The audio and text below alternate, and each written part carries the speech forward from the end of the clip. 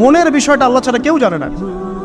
আপনি দেখতে পারেন সমাজে অনেকে দাড়ি টুপি পাগড়ি জুব্বা সব লাগিয়ে ঘুরছে, তো বিশ্বাস করেন তাদের মনটা এমনও হতে পারে যে জানোয়ারের চেয়েও কুৎসিত, তেমনও হতে পারে।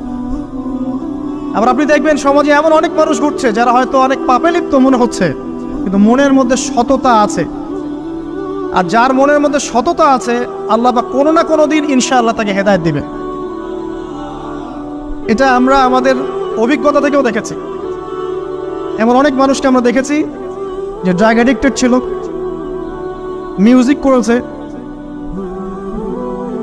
হারাম সম্পর্কের মধ্যে ছিল, নামাজ ঠিক মতো পড়ে নাই, কিন্তু যখনই আল্লাহর কথা আলোচনা হতো দেখতাম সে খুবই শান্তভাবে মন থেকে কথা শুনছে।